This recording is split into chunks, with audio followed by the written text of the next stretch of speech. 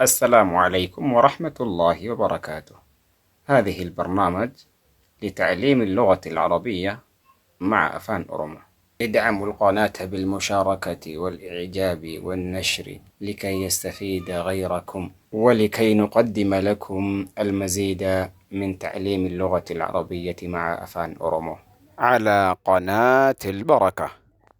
مسلم، مسلمة، يهودي، يهودا، نصراني، نسارى، هندوسي، هندوسي، بوذي، بدهاء، كافر، مرمى، مشرك، كنديسا، مرتد، غرغلا، ملحد، ديدا، توحيد، تقومس، شرك، كندي.